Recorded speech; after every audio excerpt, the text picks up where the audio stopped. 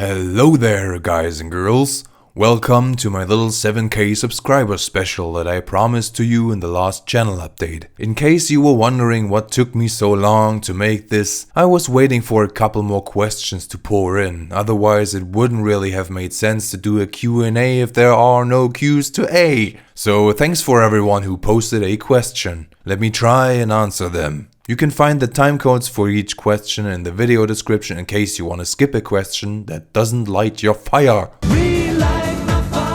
Captain Madman asks, do you think machinimas are out of style?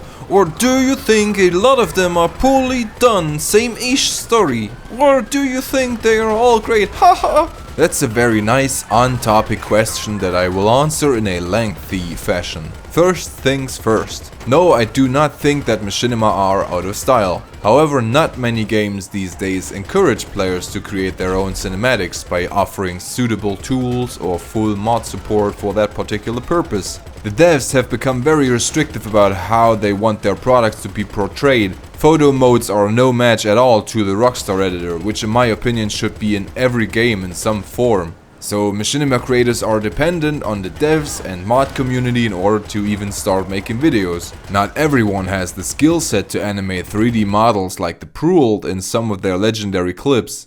The problem you've mentioned with the big similarities in between machinima is very real. Many creators want to shoot action movies, which is fair since especially GTA is an action-oriented series. I always try to do something different with the game, since it's basically the only game to mirror real life that closely, allowing us to do comedy just as well as action or experimental stuff like Imazy. Also, audiences really want to see action stuff, but this gets kinda old very quickly if it's not done thoroughly, meaning most of the lower quality machinima lack the essentials of storytelling. More often than not, it's just endlessly long shots of someone walking around and then some shooting and then some more walking, some driving and then some more shooting, you know? I wouldn't consider myself a great storyteller, but for my videos, the story is always first. Because of my tutorials, a lot of people send me links to their videos asking for feedback. That's how I get to see a lot of videos that just don't work out, which is natural for beginners. I mean, just look at my first GTA video for a second. Okay, let's do this. What? It's just a gun. And yes, I do think the poorly made machinima are in greater number than the well-made ones. This is for a bunch of reasons. A. Just like cartoon animation, making machinima is a very time-consuming process and therefore not suitable for YouTubers who want to upload frequently. It rarely has anything to do with playing a game. It is actual work and frustrating at times. B. It requires a myriad of well-developed skills from different areas of production to make a good machinima. So you need to know about the game mechanics, modding, sometimes 3D modeling, video and audio editing, voice acting, voice coaching, casting, writing scripts, drawing storyboards, etc, etc. You need to be a one-man production studio in many cases. It is very rare that a single person can master all these fields, with exceptions like Dougie, Jacob or Racing Jake. C.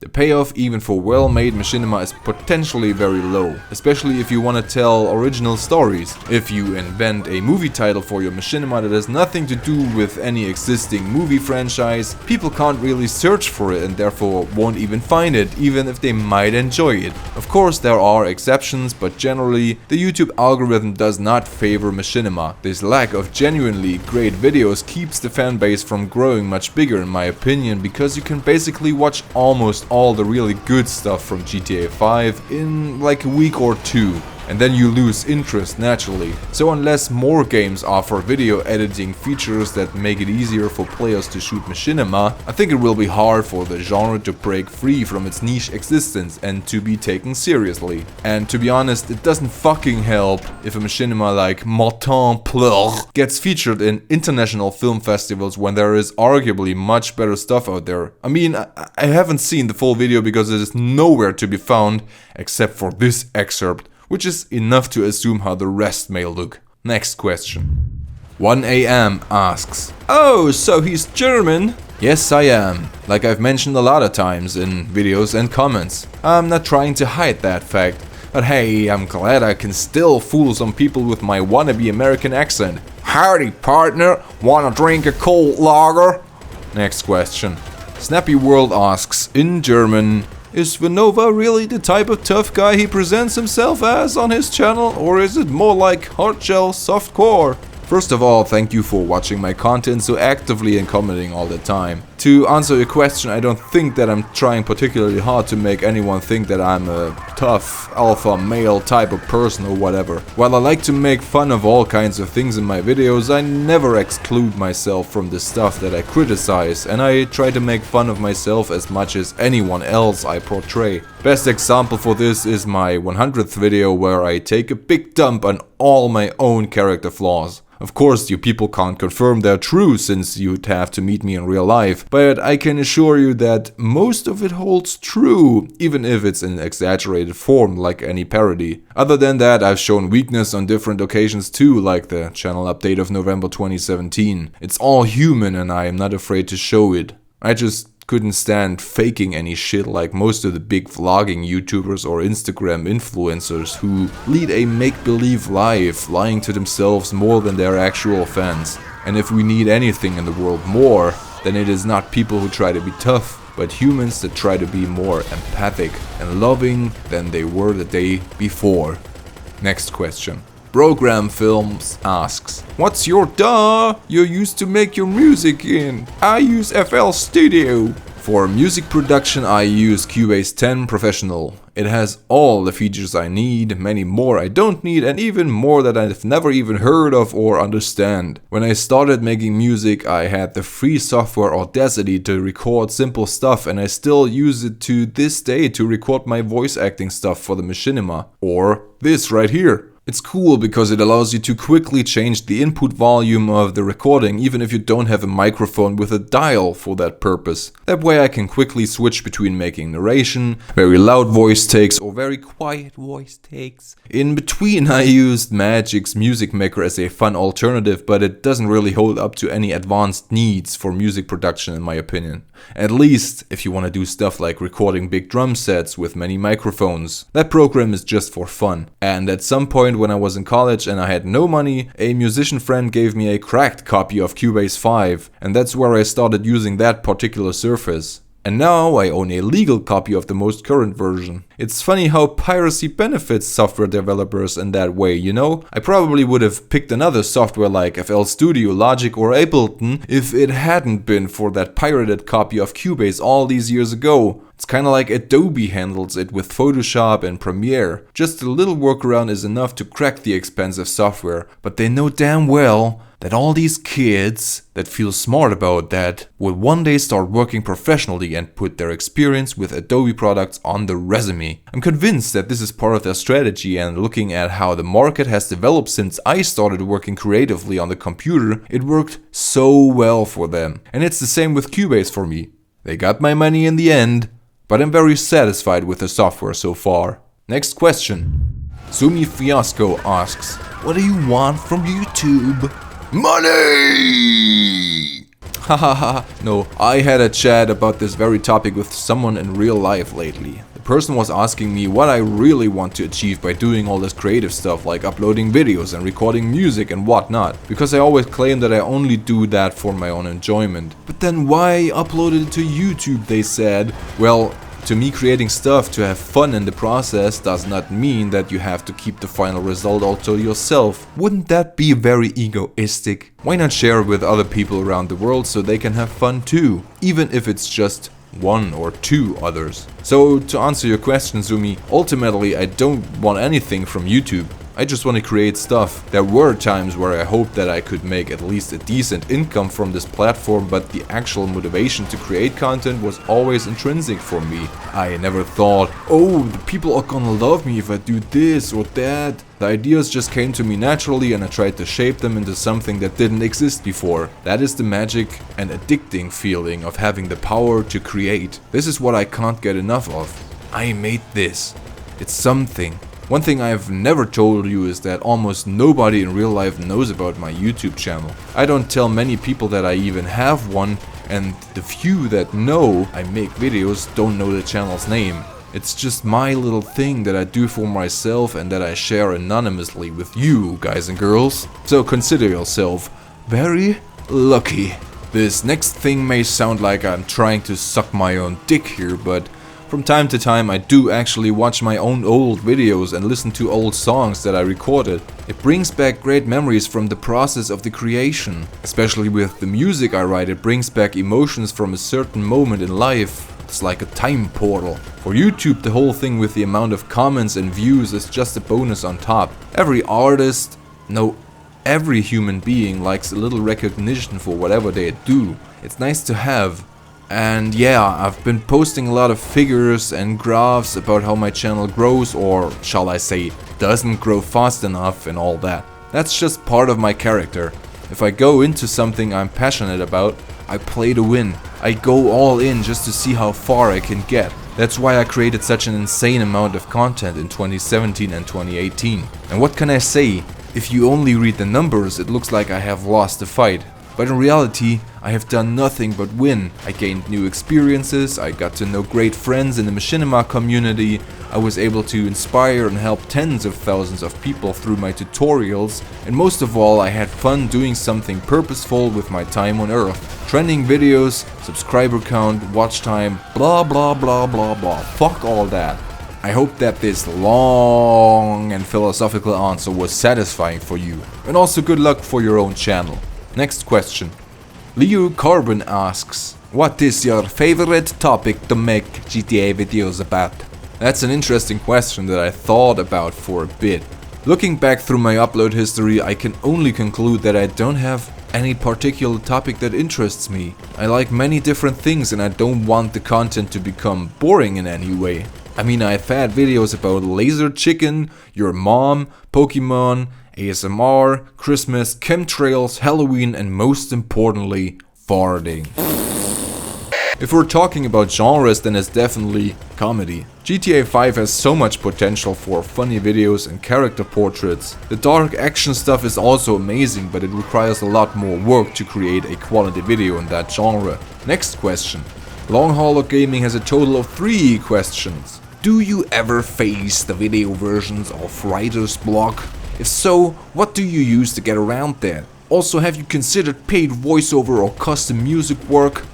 First of all, the phrase writer's block always confuses me. I really have to think hard about what that means because I automatically translate it to Schreibblock, which basically means notepad when it actually means Schreibblockade. So the inability to think of new ideas for any creative work. Now, to get back to your question, no, I don't really have it. I've got ideas pouring into my head all the time and then I write them down in a little document with bullet points. Or I record a quick voice memo on my phone. Some video ideas stay in that document for over a year until I get around to making them. It was the case with Lucid Encounter, for instance. Whenever I feel like making a new video, I check this list and decide which one I'd enjoy making the most.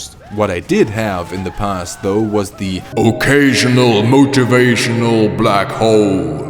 It's the feeling I get right after having finished and uploaded a video when I'm relieved and happy. To start all over again for the next video, that is a tough threshold for me to cross, and it gets higher and higher the longer I wait. At one point in the history of this channel, that led to me not uploading anything for a whole year because I thought, meh, could as well play some BF4. That's why I really need to keep moving all the time, not to get lazy. Ever. That's what I do to overcome the occasional motivational black hole. I really wanted to say this again. Sounds like a good album title actually. Which brings us to your third question. Yes, I have considered doing paid work with voiceovers and music work, but only in my head. I never acted on these ideas because I'm trying to be a realist. That means I realized very quickly that I'm nowhere good enough for a professional career in either of these two fields. Voice acting?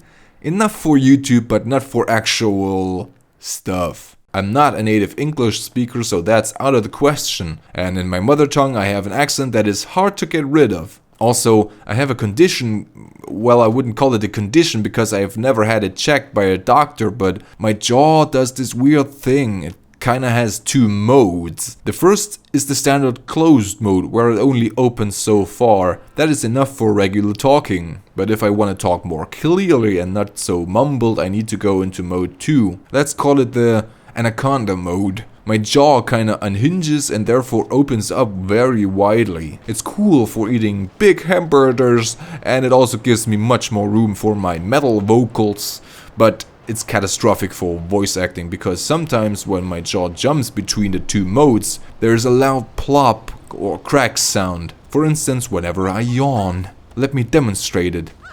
No shit, that was the actual noise it makes. So, while it's a dream job, voice acting ain't for me. In terms of music production, I'm also so very far from a professional you can't imagine. Again, it's enough for YouTube and my hobby, but not for real world use. I mean, just go to Epidemic Sound, where I take many songs from for my videos, and listen to the insane quality of these tracks. Most of the producers are Swedish and they know their shit. I, on the other hand, have no idea about music theory. I'm a lousy guitar player and at best intermediate at producing music. I tried composing stuff for video projects during college, but both times it was kinda underwhelming, even though I put a lot of time in it. This would leave me no chance to make a living. I would drown in this brutally flooded market. I bet all these Holger Sons and Öströms from Sweden can write and produce a song per day.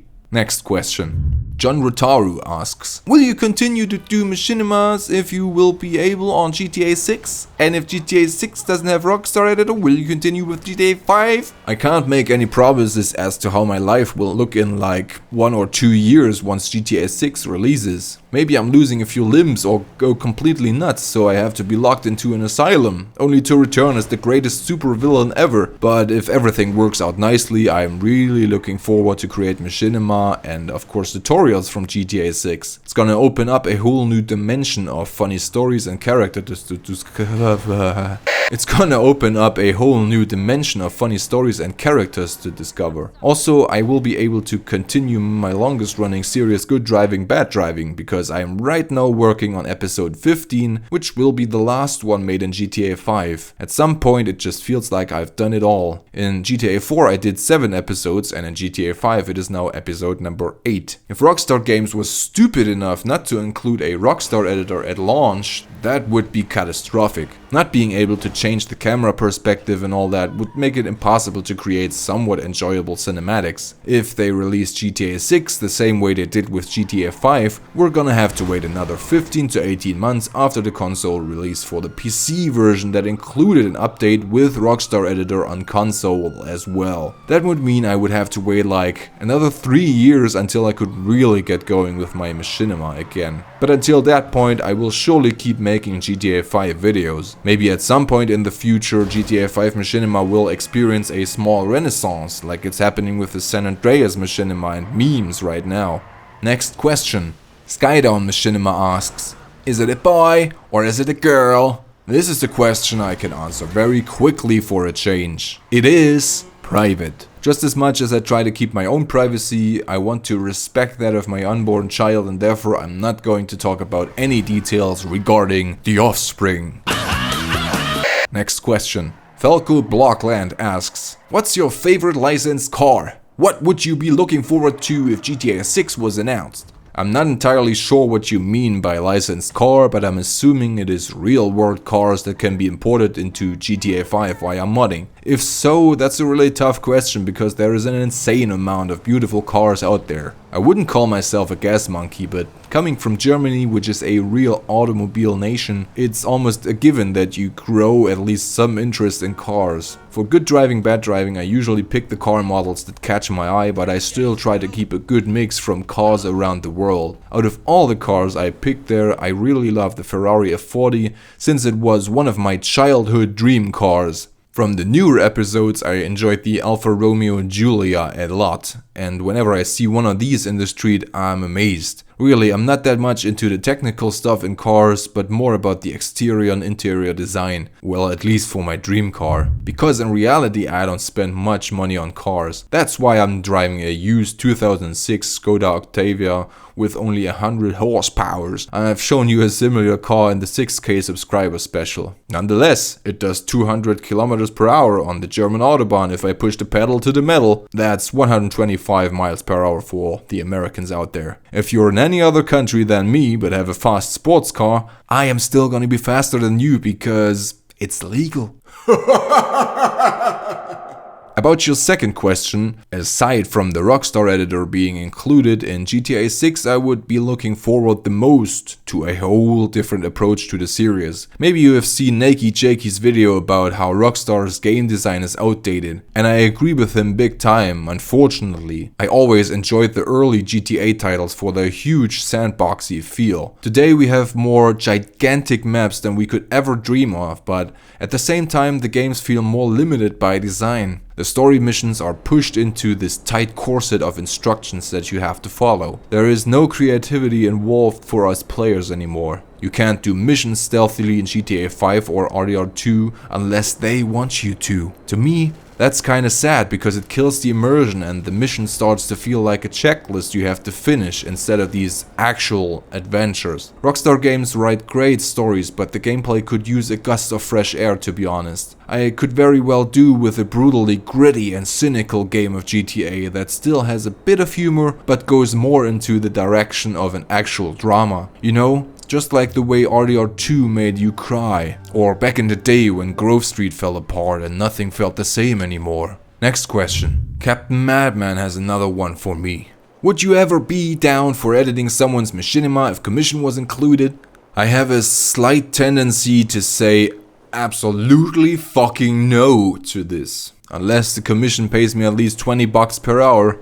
A single 5-minute machinima can easily take up to 40 hours of work, depending on how much attention to detail you pay. As I've said many times before, I do these videos for myself because I wanna see if I can turn my visions of creative products into reality. It wouldn't feel nearly as good if I did all the stuff for someone else's project. That would feel too much like actual work, you know? Getting paid to do a job for a boss, and then it's gotta be well paid because I'd have no more time for my own creative projects. In the end, I prefer to be my own boss with the machinima. I can hear some of you saying, "But dude, you already made videos for Red Arcade, you lying cowpoke." A whole different story. Those weren't machinima, but compilations. I didn't have to record any footage, there was no story to it, and that makes the process a lot quicker. It was a real fun time, and the guys at Red Arcade are really great.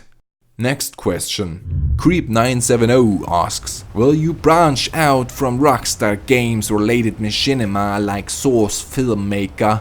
Realistically, no. There is no other video game that can do what Rockstar Editor does. Photo modes like in Days Gone are nowhere near as impressive, like I've said before. The potential of Rockstar Editor is unreached, but you still have to deal with the limitations of the game world. Meaning that you cannot create custom animations for characters or give them really convincing facial expressions, which would be legendary. That's where I could use Source Filmmaker, but a software like this takes even more time and knowledge to get good results with, and I just lack both. GTA 5 has a good balance between possibilities for videos and workflow speed. If I want to make a person walk a certain path, I can just control the character with my gamepad in GTA 5, whereas in SFM, I would have to animate that by hand. I probably would have uploaded a maximum of 4 machinima in the last 2 years if I had done it that way. So, once again, branching out is not an option for me. This channel started with GTA content and it will always stick to GTA content as its main focus. Next question. Also, last question. I don't wanna drag this out for too long. Apex Machinima asks, what makes Evanova? I'm giving you the philosophical approach. I find this question hard to answer because I can never give anyone a truly neutral perspective on myself, even if Vanova is just my alter ego on the internet. This is something that lies in the eyes, ears, and most importantly, the nose of the beholder. Everyone will think about this differently. Some people exclusively subscribe for my tutorials, the next guy watches machinima and let's plays. Others prefer the montages. If you would force me to describe what makes this channel so incredibly unique, let me try. I have videos and they're pretty neat, I guess. I work a lot on the channel, so I really think the world owes me something. In real life, I'm like totally ashamed about what I do because I never tell anyone about it. What else? My mom thinks I'm cute, and I think that's it. That's how I got so cool. And And that's about it for the 7K subscriber special. I hope you somewhat enjoyed this Q&A session. If so, let me know in the comment section. I promise there will be more actual content in the future soon. I am working on it. Thank you for watching and stay tuned. Vanova over.